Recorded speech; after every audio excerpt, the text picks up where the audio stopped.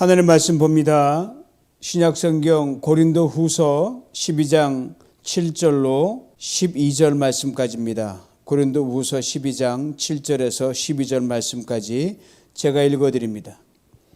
여러 계시를 받은 것이 지극히 크므로 너무 자만하지 않게 하시려고 내 육체에 가시 곧 사탄의 사자를 주셨으니 이는 나를 쳐서 너무 자만하지 않게 하려 하심이라. 이것이 내게서 떠나가게 하기 위하여 내가 3번 주께 간구하였더니 나에게 이르시기를 내 은혜가 내게 족하도다. 이는 내 능력이 약한 데서 온전하여 짐이라 하신지라.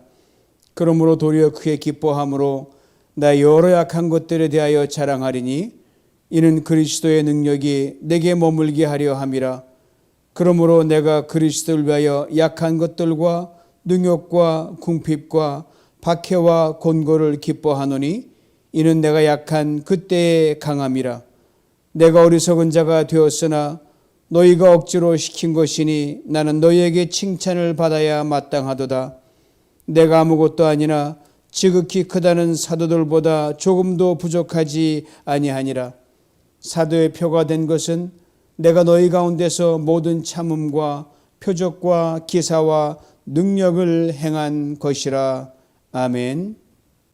7월 마지막 토요일 여러분과 함께 이처럼 온라인으로 여러분 각 가정 성전에서 이렇게 대면할 수 있게 하신 하나님께 감사드립니다. 저는 여러분을 보지 못하지만 여러분 영으로 함께 교통하고 있음을 알고 이 참으로 좋은 시대에 태어난 걸 참으로 감사드립니다. 성도 여러분, 약함이 자랑이 될 수 있을까요? 어리석음이 자랑이 될 수 있을까요? 누구로부터 그걸 물어봐도 인간적인 관점에서는 대답은 거의 일률적으로 동일한 대답이 나올 겁니다. 아니다. 약함이 자랑이 될 수가 없고 어리석음이 자랑이 될 수 없다. 이렇게 모든 사람이 동일하게 말을 할 것입니다. 그런데 오늘 본문에서 바울은 자신의 약함을 자랑합니다. 자신이 어리석은 자가 되었다고 또 말합니다. 요약하면 나 바울 약한 사람입니다. 이 말이에요. 나 바울 어리석습니다. 바보입니다. 이 말입니다. 그런데 말입니다. 정말 약해서 정말 어리석어서 그것밖에 자랑할 것이 없으면 그것은 자랑이 아니라 정말 약점이요, 단점이요, 남의 흠잡힐 만한 것이 됩니다. 그러나 바울은 아시는 대로 자랑거리가 너무 많았던 사람이었습니다. 똑똑하고 지혜로운 사람이었습니다. 요즘 표현을 빌자면 스펙이 보통 뛰어난 게 아니었습니다. 누구에게도 뒤질 것 없는 그 화려한 스펙의 소유자가 바울이었습니다. 그랬던 그가 부활하신 예수를 만나서 인생관이 180도로 바뀝니다. 이전에 자신의 모든 자랑과 지혜를 깨끗이 뒤로 던져버렸습니다. 아니, 버렸다기보다는 예수 그리스도께 그 모든 것을 철저하게 예속시켰습니다. 자신의 자랑과 지혜가 물론 출중하죠. 이 모든 것들을 예수를 증거하는 데만, 복음을 증거하는 데만 오로지 사용할 뿐이었습니다. 오직 예수에 미쳐서 예수밖에 모르는 사람으로 살았기 때문입니다. 이런 바울이 고린도 교회를 세우게 됩니다. 그리고 온 힘과 정성과 사랑을 쏟았습니다. 아마 바울이 세운 교회에서 그렇게 바울의 사랑과 관심과 안타까운 걸 받은 교회는 아마 고린도 교회 하나밖에 없을 겁니다. 그럼에도 바울은 고린도 교회 때문에 정말 마음고생 많이 했습니다. 전도여행을 하기 위해 바울이 고린도 교회를 떠나 있을 동안에 거짓 교사들과 바울을 시기했던 사람들에 의해 고린도 교회가 분쟁을 겪게 됩니다. 오랫동안. 이련에 바울을 음해하는 세력이 많이 생겨났고요. 바울에 대해 거짓 소문을 퍼뜨리기 시작했습니다. 그리고 바울이 무슨 사도냐?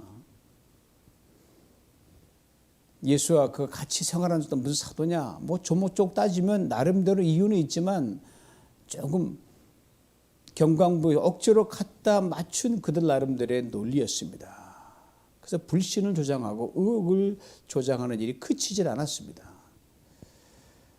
한번 생각해보면 자신이 개척한 교회입니다. 이 고린도 교회가.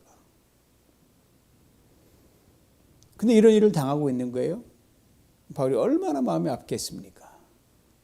너무 속상한 나머지 바울이 이렇게 말합니다. 고린도후서 11장 4절이에요. 만일 누가 가서 우리가 전파하지 아니한 다른 예수를 전파하거나 혹은 너희가 받지 아니한 다른 영을 받게 하거나 혹은 너희가 받지 아니한 다른 복음을 받게 할 때는 너희가 잘 용납하는구나. 다른 예수란 당시 기독교 이단 사상에서 예수의 신성을 약화시키는 그런 교리가 있었고요. 예수의 인성을 인정하지 않는 그런 교리가 팽배해 있었던 그 당시였습니다. 다른 복음이란 예수로는 부족하다. 그런 율법주의가 예수 외에 다른 걸 보태야 한다는 플러스 알파, 안식일의 규례를 보태고 할례를 보태고 이런 거였어요. 이런 이단 사상과 율법주의자들의 화려한 말과 자랑에는 그들이 바울은 본인도 얘기했지만 이렇게 말주변에 뛰어난 사람은 아니었거든요. 그 사람은 아주 화려한 말솜씨를 가진 사람이었어요. 그러니까 그들이 말이 안 되는 가지고 와서 말을 그럴싸하게 하니까 거기에 귀를 솔깃하게 기울이고 그냥 생각 없이 받아들여 버린 거예요. 그러면서 도대체 그러면 나에 대해서 말도 안 되게 지어대는 이 모함과 거짓은 왜 구별하지 못하고 그렇게 정신없이 헤매고 있느냐. 그렇게 바울이 말하는 겁니다. 너무 속상한 나머지 바울이 두 가지 자랑을 부득불 하게 됩니다. 하나는 문벌과 학벌과 출생에 대해 자랑을 늘어놓는 거짓 스승들과 율법주의자들에 대해서 그들이 아주 화려한 스펙 가지고 덤벼들었거든요. 그래서 바울이 그들에 대해서 내가 그들보다 나으면 나았지 모자랄 것 없다고 바울도 변론을 합니다. 그의 말을 들어보세요. 그들이 히브리인이냐? 나도 그러하다. 그들이 이스라엘 사람이냐? 나도 그러하며 그들이 아브라함의 후손이냐? 나도 그러하다. 그들이 그리스도 일꾼이냐? 정신없는 말을 하거니와 말도 안 되지만 일꾼이라고 하면 나는 더더욱 하나님의 예수 그리스도 일꾼이다. 이렇게 바울이 아주 분명하게 조목조목 자기 스펙을 대가면서 변호를 합니다.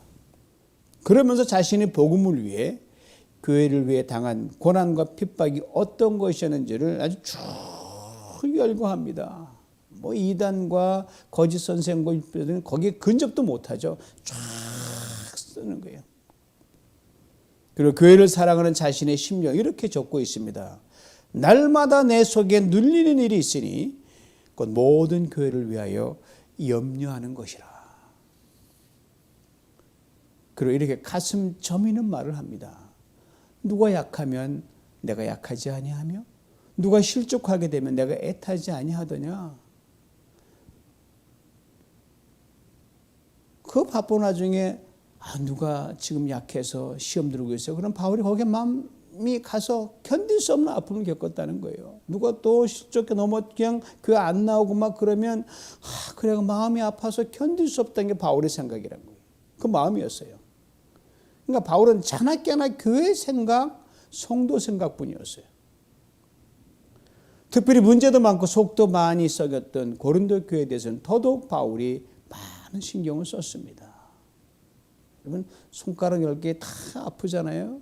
그러나 더 아픈 손가락이 있는 거예요. 이게 바로 고린도 교회였어요. 그중에서 또 더 아픈 성도가 누구냐?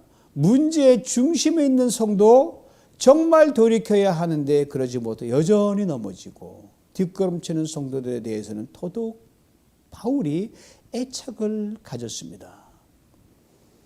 근데 이런 바울을 몰라주고 거짓 스승과 율법주의자들의 가문이슬에 홀딱홀딱 너무 쉽게 넘어가니 정말 통탄할 노릇이었어요. 급기 애들이 신비한 경험을 가지고 막 떠듭니다. 바울도 이랬다니까 우리는 또 이런 것도 있어 자꾸 바울 없는 사회 갖다 내미니까 넘어갈 수밖에 없나. 신비한 경험한 걸 가지고 덤비니까 이 보통 신자들은 이게 그런가 하고 이게 헷갈리는 거예요. 고린도 교회에서 미혹하는 거예요. 요즘 말하면 우리가 하나님의 직통 계시를 받은 사람이거든. 바울이 그런 거 봤어? 뭐 이런 거죠. 바울이 하는 수없이 이들의 교묘한 미혹에 하는 수 없이 바울이 쐐기를 박을 수밖에 없었습니다. 더 이상 뒀다간 큰일 나겠거든요. 할 수 없이 또 하나의 자랑을 바울이 얘기할 수밖에 없었습니다. 즉 자신이 직접 천국에 가서 본 상황을 이야기하고 이렇게 말문을 엽니다.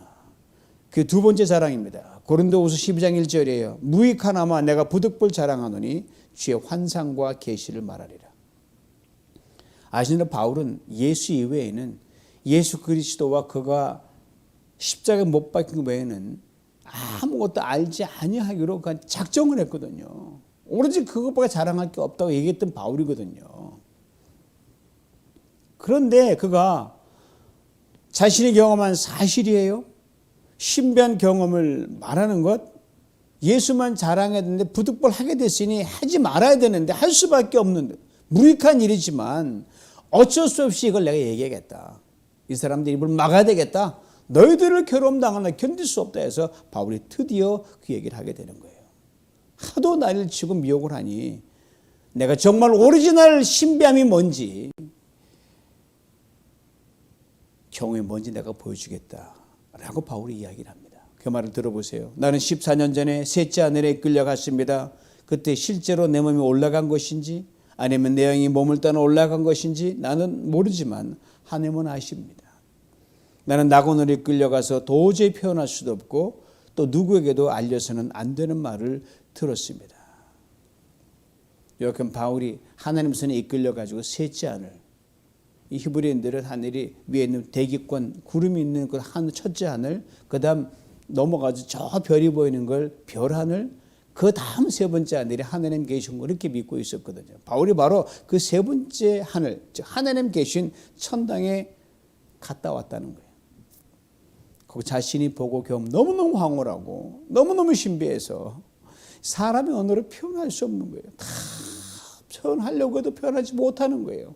우리 계시록에 여러분 많은 천국의 비유가 나와 있는데 그거 정말 100만 분의 1도 안 되는 그 묘사밖에 안 되는 거예요. 바울이 신비한 경험을 한 시점에 내가 이렇게 설명, 14년 전에 이미 내 그것을 이미 경험했다. 언제일까요?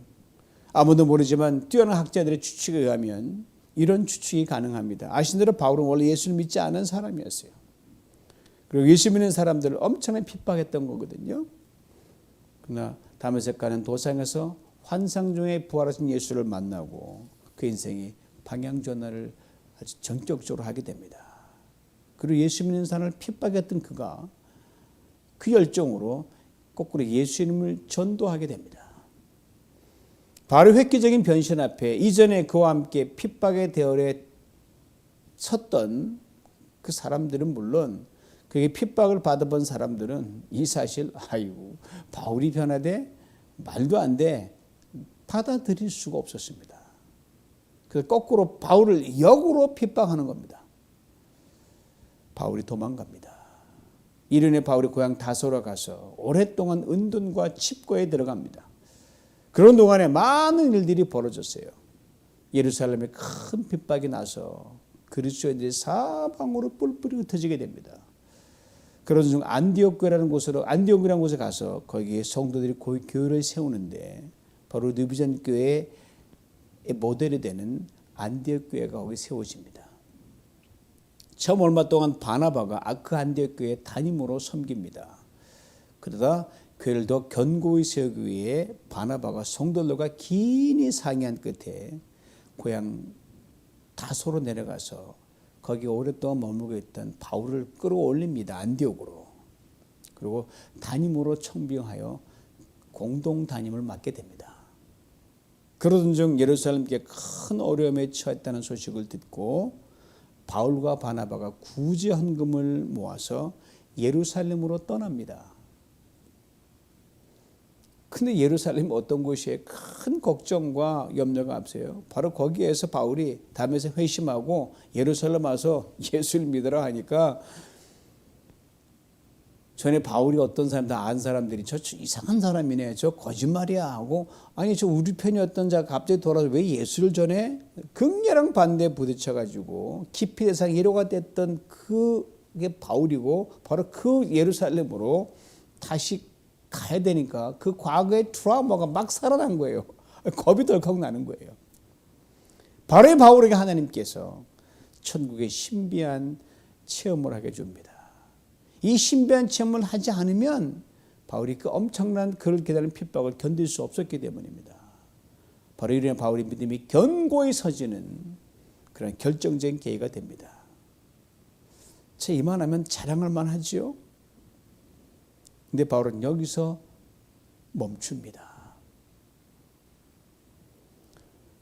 이 정도 얘기했으면 너희들이 들은 거짓 선생들에게 신비하다고 하는 그것과 율법주의들의 그것과 확연히 차이가 나는 것 분명 알았으라 생각하고 내 자랑 여기서 이제 끝을 맺는다. 더 이상 시간 낭비하지 않겠다는 거예요. 너무 자랑하다 보면 사단이 틈탈 수 있으니까 바울이 아주 단호하게 멈춥니다. 그리고 이런 놀라운 고백을 토해냅니다. 나는 나의 약한 것을 자랑하기로 했습니다. 약한 것만 자랑하기로 했습니다. 이미 말씀대로 바울에게는 엄청난 자랑거리가 너무너무 많이 있었어요. 개인적으로 보나 종교 열심으로 보나 모든 면에서 자랑거리가 많았던 사람이에요. 그러나 바울은 그 엄청난 자랑거리와 자신의 약함 사이에서 자신의 결단을 고백합니다. 나는 나의 약한 것만을 자랑하기로 했습니다. 바울의 약함이 무엇일까요? 엄청난 자랑거리에 있는 바울이 약함을 자랑한다 할 때 그 약함조차도 아주 우리 보통 사람의 장점은 아닐까라고 생각하기 쉽지만 바울의 말을 직접 들어보시기 바랍니다. 육체의 가시, a thorn in the flesh라고 그랬어요. 가시하니까 여러분 뭐 어디 남던 장미나 이런 데 조그만 가시가 들어가니까 작은 가시를 말한 것처럼 보이지만 그런 가시가 아니었어요. 무술 땅에 큰 막대 같은 거 고정시킬 때 쓰는 그런 커다란 말뚝이나 아주 큰 깨진 어떤 유리 조각 같은 것이 날카로워 가지고 그것이 몸에 박힌다고 생각해 보십시오. 숨이 멈출 정도로 뜨끔하고 고통이 심하거든요. 그렇게 엄청난 충격을 주고 육체의 고통을 가하면서 계속 괴롭히는 어떤 것, 이게 바로 바울이 말하는 가시였어요. 그러니까 그거 있으면 죽죠. 자그만 가시 있어도 얼마나 아픕니까? 사람들이 도대체 그 가시의 실체가 뭔가, 분명 육체의 고통인데 뭐냐, 많은 설이 있지만 그래서 우리가 큰 관심사는 아닙니다.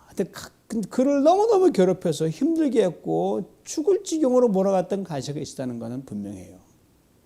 바로 그것 때문에 엄청난 아픔을 겪었고요. 자존감이 극도로 상해 있었다는 사실입니다. 자랑할 것으로 말하면 그 누구에 뒤지지 않았던 바울이었습니다. 그런데 자신의 그 모든 자랑들을 무색하게 만듭니다. 사람들의 비난과 조롱과 그리고 멸시를 받을 수 있는 좋은 빈미를 주는데 결정적 역할을 한 것이 바로 뭐냐? 바울이 말한 육체의 가시였어요. 아무리 내가 대단하다고 해도 에휴 뭐 그 가시 그거는 뭐가 대단해, 이 수준밖에 안 되라고 빌미를 제공해 충분한 거리가 됐었거든요. 한번 생각해 보시기 바랍니다. 이 가시로 자신이 고통을 당하는 것도 보통 힘든 게 아닙니다. 그런데 당시 바울을 시샘하는 자들이 무척 많았거든요. 거짓 선생들, 유대주의자들이 바울의 결정적인 단점, 약점을 그걸 포착 못했겠어요? 그걸 바울을 핍박한 도구로 역으로 공격을 하는 거예요. 네가 사도냐? 이런 주제 무슨 사도야라고 막 공격을 한 거예요. 그때 바울은 느꼈을 좌절감은 얼마나 컸겠습니까? 견디다 못해 바울이 이 가시 좀 없애달라고 하나님께 목숨 건 기도를 3번 드리게 됩니다. 근데 말입니다. 하나님의 응답은 바울이 기대했던 것과는 전혀 달랐습니다. 오늘 본문 9절 말씀이에요. 내 은혜가 내게 족하다. My grace is sufficient to you. 이는 내 능력이 약한 데서 온전하여 짐이라. My power is complete in your weakness. 참, 이 대답을 듣고, 그러니까 너 그대로 그 가시 갖고 살아라는 소리예요. 쉽게 얘기하면 그냥 아프면 아픈 대로, 힘들면 가라는 소리예요. 너무하신 말씀 같죠? 근데 문제는요, 바울이 이 하느님의 응답을 듣고요, 어떻게 반응했는지 아십니까? 이렇게 반응했어요. 크게 기뻐하노라. 크게 기뻐했다고 그랬어요. 당시 질병은 하나님의 형벌과 저주로 인식되던 시절이었습니다. 근데 바울은 사람들이 뭐라고 얘기하든, 바울 무슨 하나님 사람 저 정도면 저주받은 거예요, 하나님 벌받은, 그렇게 수많은 얘기를 했어요 실제로. 그럼에도 불구하고 바울은 하나님의 이 말씀을 그대로 액면 그대로 받아들이고, 이 가시조차도, 나를 힘든 이 가시가 하나님의 은혜라고 하는 것으로 바울은 그대로 수용했습니다. 이게 놀라운 거예요. 가시와 그의 사역이 분명 이후로도 장애와 걸림돌이 되어 힘들게 할 때가 왜 없었겠습니까? 참으로 많았죠. 없어지지 않으니까 평생 고생문이 원한 거예요. 그것 때문에. 결국은 그 하나님의 능력이 나타나는 디딤돌이 됐습니다. 바울은 고생하지만 고생하는 바울의 약함을 통해서 하나님의 놀라운 능력이 나타났기 때문입니다.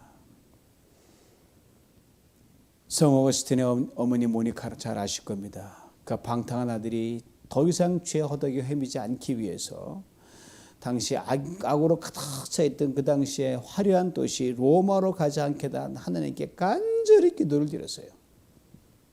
근데 그녀가 드린 기도와는 달리 어거스틴이 로마로 가게 됩니다. 그렇지만 결국은 그 로마로 가는 여행이 어거스틴으로 하면 결국은 주님께 사로잡히게 만드는 계기가 되었고요.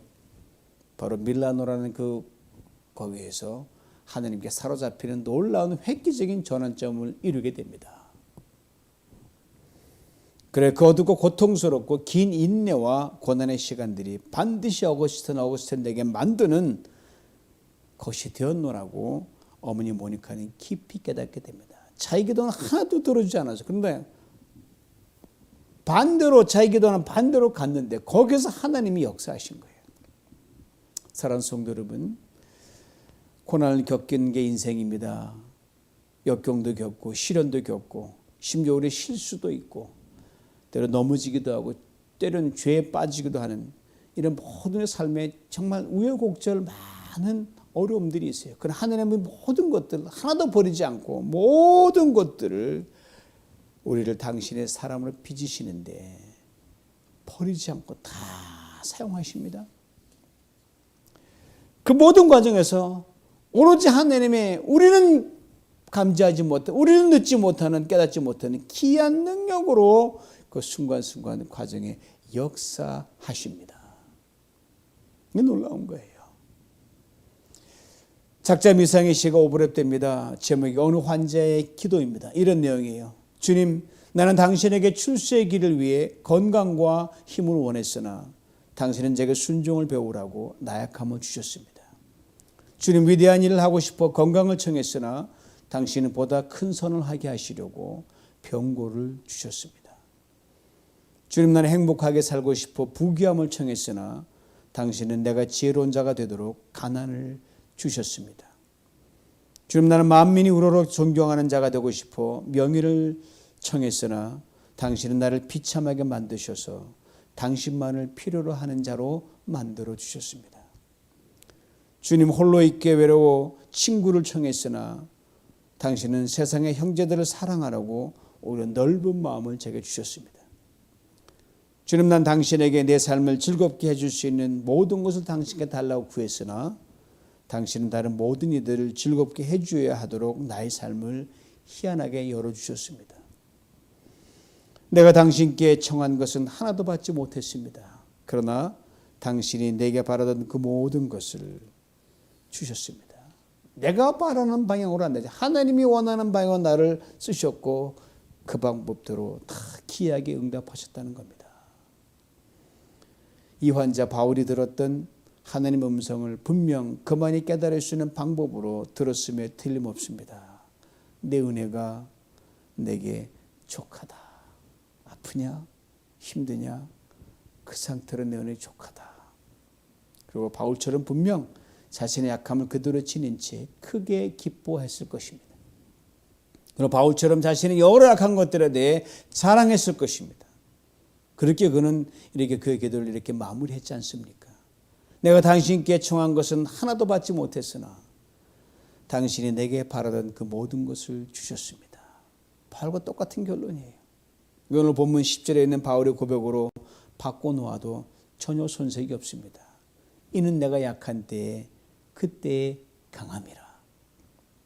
그렇습니다. 이 병실의 환자 그 약할 때 하나님 기회가 능력으로 역사하셔서 그 기도했던 것 이상으로 일하셨습니다. 사랑하는 성도 여러분, 우리의 약함은 분명 인간적인 관점에서는 문자 그대로 약점입니다. 단점입니다. 사람들이 그걸 보고 순순거릴 때도 있어요. 뭐 집사가 목사가 뭐 잘 믿는데 왜 그런 고통이 있을까, 그런 게 약점 잡힐 때가 있어요. 그러나 하나님은요, 이 약점을 당신의 능력을 나타내는 소중한 마중물로 사용하십니다. 이것을 잊지 말아야 합니다. 이제 바울이 또 하나의 자랑거리를 말합니다. 오늘 본문 11절이에요. 내가 어리석은 자가 되었다. 바울 똑똑한 사람이었어요. 그런데 어리석은 사람이 되기로 했다는 겁니다. 먼저는 예수 때문에 유대인들이 그토록 멸시하고 천대하고 어리석게 여겼던 십자가만 알기로 했습니다. 십자가의 비밀을 그 알았기 때문입니다. 다음은 고린도 교회 성도들 때문에 어리석은 사람이 되기로 했습니다. 처음엔 정말 힘들었어요. 여러분, 바보고 바보 소리 듣는 건 당연해요. 바보니까 바보 소리 듣죠. 오히려 바보 들은데 바보는 왜 내가 바보냐고 역정을 낼 수도 있어요. 그런데 인간적인 면에서 결코 바보가 하는 바울이 고린도 교회 성도들에게 대해서 어리석은 바보가 되기로 했습니다. 그 다음 말이 참 재미있어요. 너희가 억지로 시킨 것이다. 누가 바보가 되기를 원하겠냐? 누가 어리석은 사람 되기를 원하냐? 너희 때문에 억지로 그렇게 될 수밖에 없다. 이렇게 바울이 말하는 거예요. 내가 어리석은 자가 된 것은 너희들 때문에 그렇게 된 것이다. 이 말입니다. 그도 그럴 것이 간절히 당부하고 호소하고 바울이 엄청나게 사람을 보내고 해서 고린도 교회를 권면했거든요. 싸우지 마라, 분당하지 마라, 이거 하지 마라. 근데 변하지 않는 거예요. 고쳐지지 않는 거예요. 그런 고린도 교회 향해서 어떻게 뭐 안 바뀌는데 바울이 그럼 내가 차라리 바보가 되고 말지 이랬다는 겁니다. 즉 너희들이 안 변하냐? 내가 변할게.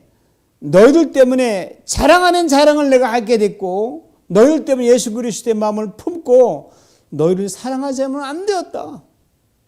너희들 때문에 당장 아다를 주고 싶지만 나아지겠지. 변하겠지. 그렇게 기대하면서 하루 이틀 이렇게 인내하게 되었고 오늘까지 왔다. 그래서 100번이요 가려고 했던 걸 미루고 또 하나님 그렇게 막으셨어요. 왜? 가면 바울이 역정을 낼 수 있으니까. 그렇게 기다리고 한 사이에 이런 거예요. 너희들 때문에 이렇게 사랑의 사람, 믿음의 사람, 소망의 사람이 되었다. 이 말입니다. 저는 대목을 읽을 때마다 이런 생각을 하게 돼요.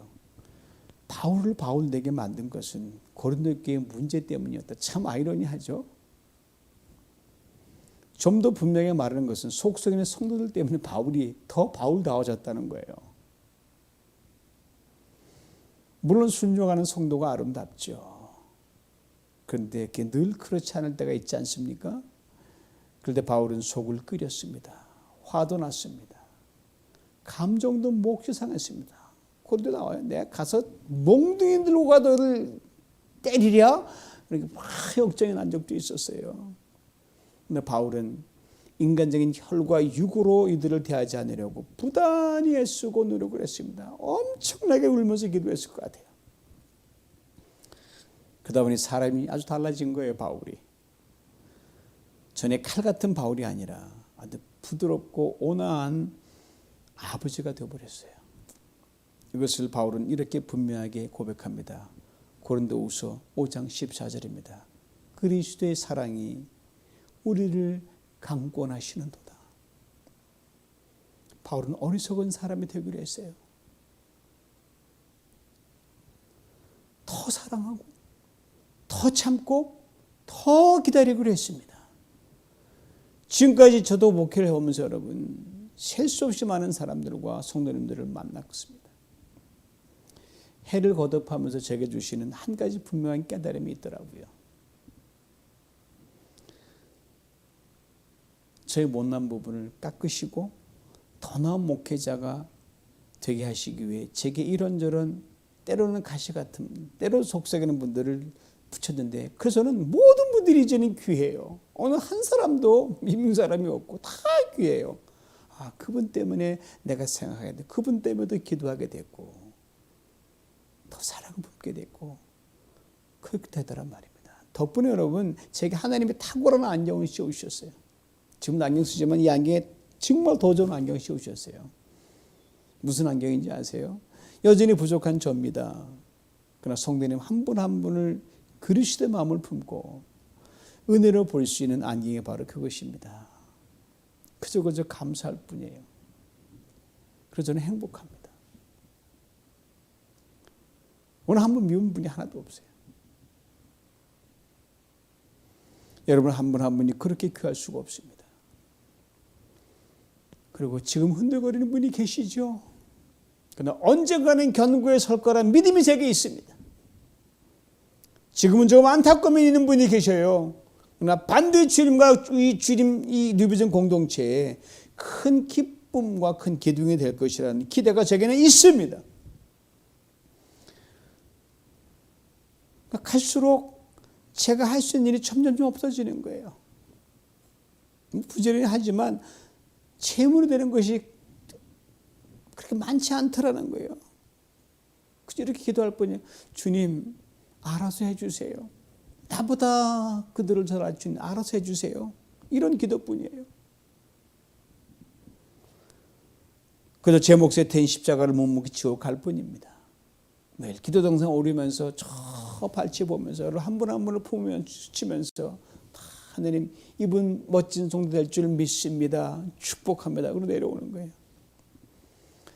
아무것도 아닌 저를 여러 성도님들 섬기게 하시고 또 여러 성도님들과 뉴비전 공동체 하나님께서 아무것도 아닌 사역을 통해서 여러분과 뉴비전 공동체에 하나님께서 귀한 은혜를 쉼없이 부으실 줄 저는 분명히 믿습니다. 지금까지 그래 왔으니까요. 앞으로 더욱 그리하리라 저는 확신합니다. 육신의 연약함으로 힘들어 성도님들 많이 계시죠. 이런저런 삶의 무게로 보고하는 성도님들도 계셔요. 때론 그 연약함, 그 무게를 그대로 지닌 채 가야 할 때가 있는 게 인생인 것이 그분들의 인생일 때가 있어요. 어떤 제가 그냥 덜어두고 싶은데 같이 아플 수 없어서 그게 가장 마음이 아픈 거예요. 그러나 사랑하는 성도 여러분, 여러분 그 모습 그대로 약한 모습 그대로 하나님께서 여러분 한 분 한 분에게 은혜와 능력으로 일하심을 꼭 기억할 수 있기를 원합니다. 그리고 누구를 대하든 어리석은 사람 한번 되어보십시오. 여러분 똑똑하면 은혜 받는 지장이 많아요. 좀 어리숙해야 은혜를 많이 받습니다. 여러분 우리가 그리스도의 사랑에 강권하여 바보가 될 때 하나님 은혜 거기에서 기이하게 임하십니다.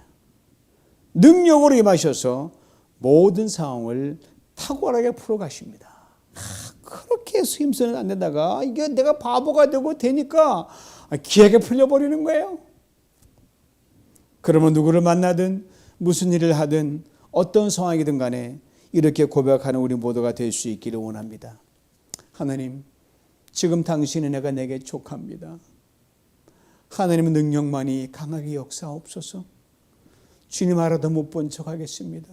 봐도 못 본 척 하겠습니다. 들어도 안 들은 척, 할 말이 많아도 없는 척 그렇게 바보로 살 수 있도록 주님의 사랑으로 나를 강권하여 주옵소서. 우리의 고백을 들으시고 주님께서 이렇게 말씀하십니다. 내 은혜가 내게 족하다. 이는 내 능력이 약한 데서 온전하여 짐이니라. 그리고 바울을 통해 이렇게 놀라운 약속을 들어주십니다. 내게 능력 주시는 자 안에서 내가 모든 것을 할 수 있느니라. 그리고 또 이렇게 말씀하십니다. 나의 하나님이 그리스도 예수 안에서 영광 가운데 그 풍성한 대로 너의 모든 쓸 것을 채우시리라. 이 시간 그 어떤 약함이 있더라도 그래서 그대로 주님께 나가십시오. 어리숙한 바보로 살아가 보십시오. 그 약함을 통해 우리 바보 같음을 통해 기이하게 역사하신 하나님의 능력을 반드시 보고 듣고 경험하게 될 줄 믿습니다.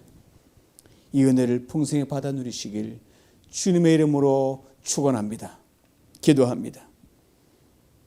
주님, 그 잘난 바울이, 그 스펙 좋은 바울이 예수 때문에 바보가 되기로 했고 약함 그대로 안고 가기로 결단했습니다. 거기에 능력이 나타났고 은혜가 충만했던 걸 봅니다. 하나님, 우린 그에 비하면 스펙도 부족하고 모자란 것이 많습니다. 우리가 하나님 무엇을 은혜의 자리에 나아갑니까? 우리 또한 바울의 본을 따라 하나님 약한 그대로 인정하고 해상보 주님만 바라보고 나갑니다. 하나님, 우리의 약함과 거기 육신의 질병 모든 할 수 없는 한계 상황 속에서 주의 능력만이 나타나는 걸 보게 하여 주시옵소서. 너무 똑똑하지 않게 하옵소서. 그래서 못 본 척, 못 들은 척, 잊어버린 척, 아닌 척 그렇게 어리석게 살면서 주님이 잠잠한 것 잠잠하면서 하나님 우리 속에 은혜가 충만하여 우리가 능력이 되어 나를 주도해 나가며 이 공동체를 주도해 나가는 놀라운 신비한 능력이 되게 축복하여 주시옵소서. 예수님의 이름으로 기도하옵나이다. 아멘.